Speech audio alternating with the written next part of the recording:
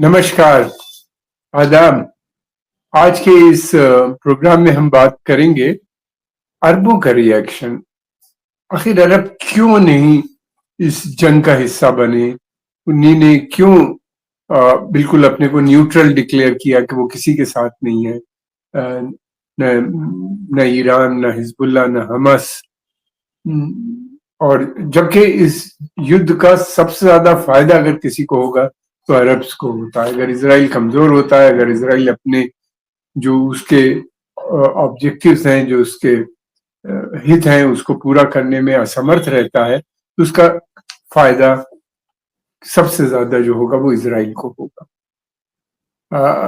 के अलावा इसराइल का नुकसान, अरबों का फायदा, आप इस तरह से समझ सकते। पहली बात तो ये है कि जो अरब देश हैं, इनका कोई बड़ी पावर से इनकी दोस्ती दोस्ती तो जरूर है। अमेरिका इनका सबसे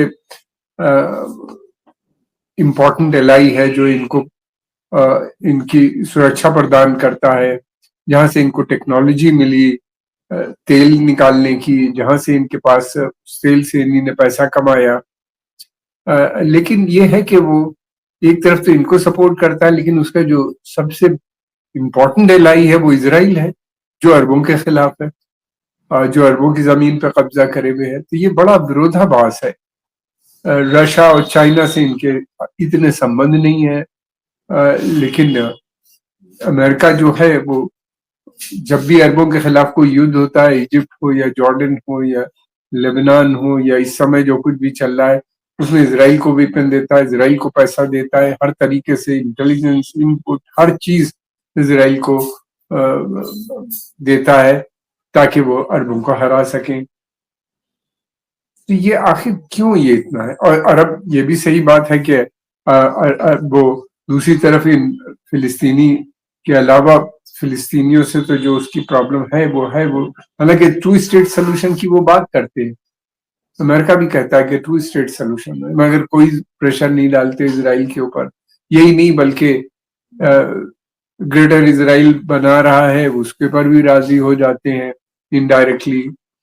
फिर उसके अलावा ये भी है कि अब जेरूसलम को भी कहने लगे कि ये इसराइल का हिस्सा है। इस तरह से बहुत ज्यादा बड़ी समस्या है इन लोगों के सामने।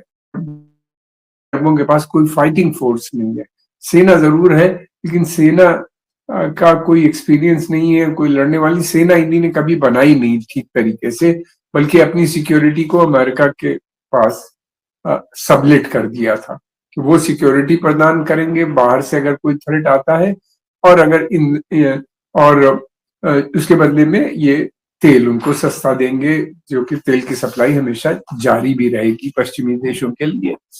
तो ये इनका बहुत पुराना एग्रीमेंट है, इन्हीं के साथ नहीं बल्कि सारे जो उस खाड़ी के क्षेत्र के देश हैं जिनके पास तेल है, सबके साथ इनका, ज्यादातर देशों के साथ इसी तरह का एग्रीमेंट है। तो ये है एक बड़ी समस्या उनके साथ। उन्हीं ने इंटरनल सिक्योरिटी को तो बहुत स्ट्रांग बनाया है, मुखाबरात यानी इंटेलिजेंस, सब चीज उसके ऊपर टोटल ग्रिप है इनकी, इन देशों की, जो खाड़ी के देश हैं उनकी अपनी जनता के ऊपर। किसी तरह की डेमोक्रेसी नहीं है उन लोग, उनका अपना एक निजाम है, ट्राइबल और रिलीजियस का मिक्सचर है, उसी के थ्रू ये गवर्न करते हैं अपने को। अब दूसरी तरफ ये भी है कि तेल जो निकलता है उससे जो रेवेन्यू आता है वो भी अमेरिका में जाता है। जो सरप्लस होता है, एक्स्ट्रा होता है, वो American banks, American bonds, American companies में इन्वेस्ट होता है। जिससे कि बहुत सी कंट्रीज ऐसी हैं इसमें जिनके पास इतनी ऑब्जर्वेशन कैपेसिटी नहीं है, पैसा तो ज्यादा है और तेल डॉलर में खरीदा जाता है, इसलिए जो इनका अकाउंटिंग अमेरिका में होता है वहां जाता है सारे डॉलर। जो भी मुल्क खरीदता है डॉलर में खरीदता है, वहां जाता है।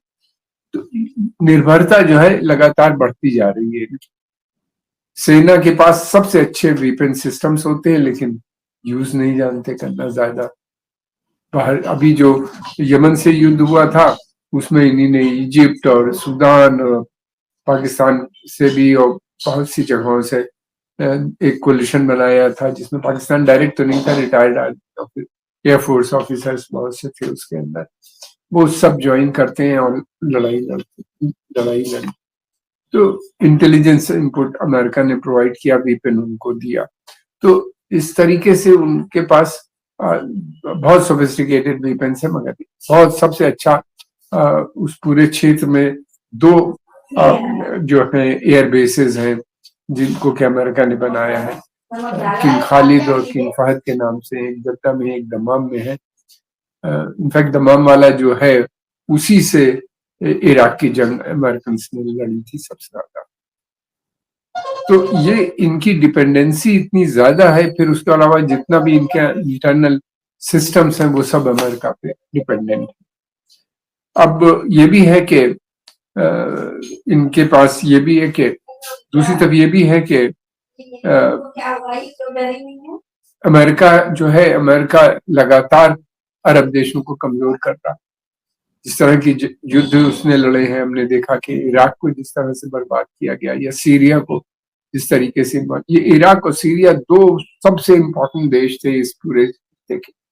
और मेडिवल पीरियड में तो यहाँ पे अरब हुकूमत भी यहीं से थी। दमिश्क और बगदाद ये 2 इस्लामिक हुकूमत के सबसे इम्पोर्टेंट सिटीज थे जहां से सब कुछ हुआ था। और जो कुछ बगदाद में ही साइंस, मेडिवल साइंसेस या जिसको इस्लामिक साइंसेस कहते हैं, डेवलपमेंट थी, और बहुत कंट्रीब्यूशन है उनका, जो बाद में यूरोप गया और यूरोप में बाद में जिसके माध्यम से इंडस्ट्रियल रेवोल्यूशन में मदद मिली उनको। तो ये फिर उसके बाद ये है कि इराक सीरिया के बाद सूडान के अंदर इन्हीं ने सेना को सपोर्ट किया। सेना कहा जाता है कि इजराइल उसके पीछे था, सेना से जो वहां की इलेक्टेड गवर्नमेंट थी जो मिलके कर रही थी उसको हटा के सेना पूरी तरीके से सत्ता में आ गई, और बाद में सिविल वॉर, सेना के 2 धड़े आपस में लड़ रहे हैं, लोग मर रहे हैं। सूडान ने जैसे ही सूडान में सेना आई, उसने फौरन जो था अब्राहम अकॉर्ड को ज्वाइन कर लिया, इजराइल से रिश्ते बना लिए, ये शर्त थी। सोमालिया में भी इनका यही है, फिर चाड, नाइजर, माली, कैमरून, ये सब जो देश हैं वहां पे, वहां के ऊपर भी एक इस्लामिक मिलिटेंट्स है काफी। तो ये सारी इतना ज्यादा विरोधाभास है इनके पॉलिसी के अंदर जिसकी कोई इंतहा नहीं। अब ऐसे में जो होता है, दूसरी तरफ ये भी है कि अरबों का जितना एजेंडा अब तक होता है वो सब अमेरिका सेट करता है, अरब देश उसको इम्प्लीमेंट करते हैं। इस्लामिक एजेंडा जब आने को था, यानी इस्लामिक मिलिटेंसी जब अफगानिस्तान में आया, तो बेसिकली तो अमेरिकन एजेंडा था, लेकिन प्रमोट उसको किया, पैसा, फंडिंग वगैरह सब पाकिस्तान में जो आई तो सऊदी अरबिया आई, और कतर, बहरीन, दुबई, इन देशों से आई, और प्लस अमेरिका ने ट्रेनिंग भी दी, CIA भी इन्वॉल्व था, और बहुत सी एजेंसीज थी, वहां से भी पैसा और सब कुछ मिला। लेकिन बाद में वो प्रॉब्लम बन गई मुसलमानों के लिए, मुस्लिम देशों के लिए, जिसने सीरिया और इन सब जगहों पे जो कुछ किया, बगदाद में हम सब जानते हैं। अब ऐसे में अब ये युद्ध जो इस समय हो रहा है वो भी इनके लिए एक समस्या है, क्योंकि हमने पहले भी बात की थी कि हमास को ये नहीं मानते, हमास को बल्कि ये आतंकवादी संगठन मानते हैं। और इनके एक न्यूज बुलेटिन में इराक में जो ब्रॉडकास्ट हो रहा था, वहां से यहिया सिनवार जो हमास के बड़े लीडर थे, जिनकी हत्या हुई अभी कुछ समय पहले, जिनको के फिलिस्तीनी कहते हैं कि शहीद हुए, उनको उस सऊदी मीडिया ने बोला कि वो एक आतंकवादी थे। इसके चलते हुए वहां लोगों को गुस्सा आ गया, और सऊदी अरेबिया का जो न्यूज सेंटर था, टीवी सेंटर था, उसमें आग भी लगा दी। अरब पब्लिक एक तरफ है, गवर्नमेंट एक तरफ है, इस युद्ध में साफ नजर आती है। अब ये है कि रिलीजियस थियोलॉजिकल डिफरेंसेस भी हैं हमास और सऊदी इस्लामिक जो आइडियोलॉजी है उसके बीच में, यानी वहाबिज्म और अखवान मुस्लिमीन जिसको ये मानते हैं, मुस्लिम ब्रदरहुड, वहां पे वो प्रॉब्लम भी है। और अरब देश जो है खाड़ी के हालांकि उनमें एक ईरान ने इन लोगों को थ्रेट भी किया कि अगर ये इस युद्ध में जो हो रहा है, अगर इसराइल इनको को वो या अमेरिकन जो भी होंगे इनकी जमीन से अटैक करेंगे या इनकी एयर स्पेस को यूज करेंगे तो ईरान उनके ऊपर अटैक करेंगे। यानी उनके ऑयल इंस्टॉलेशन को उन्हीं ने कहा कि हम ध्वस्त करेंगे, ऑयल सप्लाई को डिस्टर्ब करेंगे। उसके बाद फिर ये हुआ कि इन्हीं ने अमेरिका पे प्रेशर डाला कि युद्ध को रोकिए, नहीं तो बड़ी समस्या खड़ी हो जाएगी, तेल की सप्लाई भी डिस्टर्ब हो सकती है और उनकी इकोनॉमी पे बहुत बड़ा असर पड़ेगा इन देशों की। और मैं समझता हूँ कि उसका एक असर अमेरिका पे पड़ा। अमेरिका को इस बात का रियलाइजेशन हुआ कि वो बगैर इन देशों के वहां पे युद्ध नहीं लड़ सकते, और दूसरे ये भी लगा कि अगर तेल की सप्लाई डिस्टर्ब होगी तो रिसेशन आ जाएगा अमेरिका में, यूरोप में और तमाम देशों में। इकोनॉमी ग्लोबलाइज है, जिसमें हम काफी बात भी कर चुके हैं। लेकिन ये कि अब जो है इनका जो एजेंडा था अमेरिकन, वो बहुत खतरे में आ गया है। ये चाहते थे कि यहाँ से विड्रॉ करें, जैसा कि हमने पहले बताया, और अपने फौजों को ताइवान और चाइना, साउथ चाइना सी में लगाएं, चाइना को कंटेन करने के लिए। लेकिन अब मुश्किल लगता है, और यहाँ पे वो चाहते थे कि इसराइल के साथ सारे देश अब्राहम अकॉर्ड को ज्वाइन करें, उससे रिश्ते बनाएं, और फिर उसके बाद यहाँ पे वो इजरायली ट्रूप्स आ जाएंगे, इनको प्रोटेक्शन प्रोवाइड करें। लेकिन वो भी अब होता, और इसराइल ने फौरन आगे बढ़ के बात करती, उसने ये कहा कि नया मिडिल ईस्ट ऑर्डर हम बनाएंगे, यानी उस ऑर्डर में पूरा टोटल डोमिनेशन इनका होगा। अमेरिका ने भी एक नया सिक्योरिटी ड्राफ्ट सऊदी अरेबिया को दिया है, जिसमें सऊदी अरेबिया के पास कोई पावर नहीं रह जाएगी, कोई इंडिपेंडेंट डिसीजन मेकिंग की बात उसमें नहीं ले सकते। ईरान से ज्यादा संबंध नहीं बनाओ, रशिया चाइना के साथ डील मत करो, वेपन वहां से मत खरीदो, तेल जो है वो डॉलर में होगा, लोकल करेंसी, इस तरह की बहुत सी शर्तें हैं उसके अंदर। मैं नहीं समझता कि कोई मुल्क उसको एक्सेप्ट करेगा, और सऊदी अरेबिया भी रिलक्टेंट है, उसको साइन नहीं कर रहा। और ऑयल फॉर सिक्योरिटी एग्रीमेंट जो था वो भी लैप्स हो चुका है अमेरिका का। हम ये भी देख रहे हैं इस जंग से पहले से एक बड़ा बदलाव खासतौर से सऊदी फॉरेन पॉलिसी में आ रहा है। जो हमने देखा है, जब सऊदी कोई चीज एक्सेप्ट करते हैं तो दूसरे अरब भी उसको फॉलो करते हैं, खाड़ी के ही नहीं बल्कि इजिप्ट और बहुत से देश हैं, क्योंकि जो कि सऊदी अरेबिया पे काफी हद तक निर्भर भी है इकोनॉमिक। दूसरी तरफ गौरतलब ये भी है कि इजिप्ट और जॉर्डन जो सबसे घनिष्ठ मित्र हैं इसराइल के, वो जो हैं उनकी खासतौर से इजिप्ट की फॉरेन पॉलिसी में थोड़ा सा चेंज नजर आता है। वो इसराइल के साथ अमेरिका उनको F-35 बॉम्बर और F-16 बॉम्बर इस तरह की कुछ उनकी डिमांड थी, खरीदना चाहते थे, उन्हीं ने नहीं दी, क्योंकि अमेरिका की पॉलिसी ये है कि इसराइल की मिलिट्री सुपीरियरिटी बनी रहनी चाहिए, अरबों की नहीं। कोई अरब देश या ईरान उसको चैलेंज नहीं कर सकता उस तो वो इस वजह से अब वो चाइना से खरीदने की बात कर रहा है इजिप्ट। अब एक शिफ्ट, ये सब मैं बता रहा हूँ, ये इंडिकेशन है थोड़े थोड़े जो पहले से आना शुरू हुए इस युद्ध से पहले से।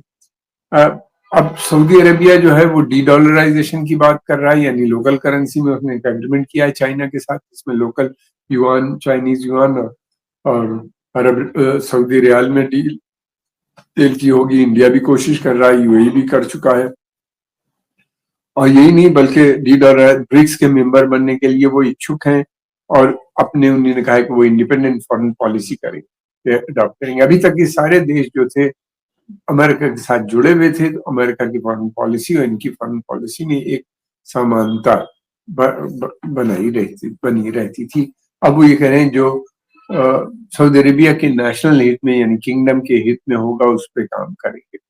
और ये भी यहाँ तक नहीं, ये भी कह दिया कि डिक्टेट का जमाना खत्म हो चुका है। सेल्फ रिलायंस की बात वो कर रहे हैं, एंड उन्हीं ने ईरान से भी अपने अच्छे रिश्ते कर दिए, रशिया चाइना से लगातार सुधार आ रहा है रिश्तों में, कतर से भी जो उनकी प्रॉब्लम्स थी उसको भी उन्हीं ने सॉल्व कर लिया है। लेकिन ये सब तो जरूर हुआ है, और लेकिन इस समय सऊदी अरेबिया के ऊपर बेपनाह जबरदस्त प्रेशर है कि वो अपनी पॉलिसी में कोई चेंज न लगे, बल्कि अमेरिका के साथ अपने में जुड़ा रहे। ये चंद छोटी-मोटी बातें हैं जिनका मैंने ज़िक्र किया। ये जो विरोधाभास है इनकी फॉरेन पॉलिसी में और इनकी स्ट्रेटेजिक थिंकिंग में, वो एक बड़ी मुसीबत बन गया। इसलिए कि वो बहुत तेज़ी से समय बदल रहा है, बहुत तेज़ी से जो है मल्टीपोलर वर्ल्ड इमर्ज हो रहा है। ज़ाहिर सी बात है, सऊदी अरेबिया के पास तेल है, गैस है, पॉपुलेशन भी ठीक-ठाक है उनकी, अरब वर्ल्ड का एक बड़ा मुल्क है। वो भी चाहता है कि एक मल्टीपोलर वर्ल्ड में उसको भी एक रिकॉग्निशन मिले, वो भी एक ध्रुव बने। और दूसरी बात ये कि चाइना उनकी मदद करने को रशिया, चाइना भी तैयार है। ईरान भी उनके साथ अच्छे संबंध बना रहा है सऊदी अरेबिया के साथ-साथ। ईरान भी नहीं चाहता कि वहाँ पे टेंशन। तो एक और बड़ी समस्या है, हमेशा से इन्हीं ने ईरान को अपना राइवल माना, उसको कंटेन करने की कोशिश की इन देशों ने। अब यह है कि ईरान खुल के अरब जो इंटरेस्ट है उसके में मदद कर रहा है, और उसकी वजह से उसके जो सहयोगी मिलिटेंट ग्रुप्स हैं, जिनको के इजराइल और अमेरिका और बहुत से अरब देश भी कुछ आतंकवादी मानते हैं, और उनका समर्थन कर रहे हैं, लड़ रहे हैं, हम फिलिस्तीन की लड़ाई लड़ रहे हैं। और अरब फिलिस्तीन की लड़ाई में बिल्कुल गैर मौजूद है, एब्सेंट नजर आते हैं, कहीं दिखाई भी नहीं दे रहे हैं। वो केवल ह्यूमैनिटेरियन असिस्टेंस देते हैं वहां पे फिलिस्तीनी। ये एक उस बदलते हुए उसमें इंटरनेशनल सिनेरियो में, और ईरान का emergence as a big power, ये एक बड़ी उनके लिए जरूरत बन गई है। इसलिए कि उनको ये भी लगने लगा है कि अमेरिका से जुड़ने से वो एक ये जो उनकी इंडिपेंडेंट फॉरेन पॉलिसी वगैरह की जो बात कर रहे हैं, सेल्फ रिलायंस की और डिफेंस प्रोडक्शन की करने की, वो नहीं कर पाएंगे। ये उनके सामने एक बड़ी समस्या आके खड़ी हो गई। देखना यह है कि किस तरफ जाते हैं, इसलिए कि इस युद्ध में एक चीज तो प्रूफ हो गई, ईरान की जो शक्ति है वो उससे अमेरिका नहीं टकराने पे तैयार नहीं। एक तरफ तो उसने जो अपनी मिलिट्री पावर जिस तरीके से बढ़ाई, फिर दूसरी तरफ से उसके जो सहयोगी दल हैं वो बहुत पावरफुल हैं। इजराइल उनको भी नहीं हराने में असमर्थ। 1 साल से हमास से लड़ रहे हैं, 1 साल से ज्यादा हो गया, और अभी तक उनको कामयाबी नहीं मिली है। पता नहीं कितना और समय लगेगा, उसका पता नहीं है। हिजबुल्लाह उनसे भी ज्यादा स्ट्रांग है, और उससे भी वो लड़ने में असमर्थ है। लड़ तो जरूर रहे हैं, डेथ एंड डिस्ट्रक्शन हो रहा है जिसमें बेगुनाह लोग मारे जा रहे हैं, बिल्डिंगें गिराई जा रही हैं, बिल्कुल वैसे ही कर रहे हैं जैसे इन्हीं ने हमस के साथ या वहां के ऊपर गाजा में किया। लेकिन इस सब चीजों से हिजबुल्लाह तो खत्म होगी नहीं, ईरान की छवि भी ईरान के सब चलते हुए उससे सारे ग्रुप के साथ इजराइल की छवि भी बिगड़ रही है, और ईरान जो है वो दूसरी तरफ एक शक्तिशाली देश के रूप में इमर्ज हो रहा है। इजराइल का जो जेनोसाइड वहां पे हो रहा है, उसके चलते हुए पूरी दुनिया में उसके खिलाफ डेमोन्स्ट्रेशन हो रहे हैं, और इजराइल की जो एक छवि थी कि वो डेमोक्रेटिक स्टेट है, वो रूल ऑफ लॉ में विश्वास करता है, वो एक पीसफुल देश है, चारों तरफ से वो घिरा हुआ है अरबों से जो कि उसके खिलाफ है, ये भी पता चल गया कि ऐसा नहीं है। इजराइल ही हमेशा से अग्रेशन करता रहा है अरब देशों के। बहुत लंबा टॉपिक है, इसके बारे में कभी अलग से भी हम बात करेंगे, और खासतौर से सऊदी अरेबिया को लेके और जो गल्फ की पॉलिसी में जो चेंज आ रहा है उसके ऊपर हम बात करेंगे अलग से। हम आपके आभारी हैं, अपने समय निकाल के देखा। अगर पसंद आए तो इसको लाइक कीजिए, सब्सक्राइब कीजिए, और आगे भी प्रमोट कीजिए। आपका बहुत बहुत धन्यवाद।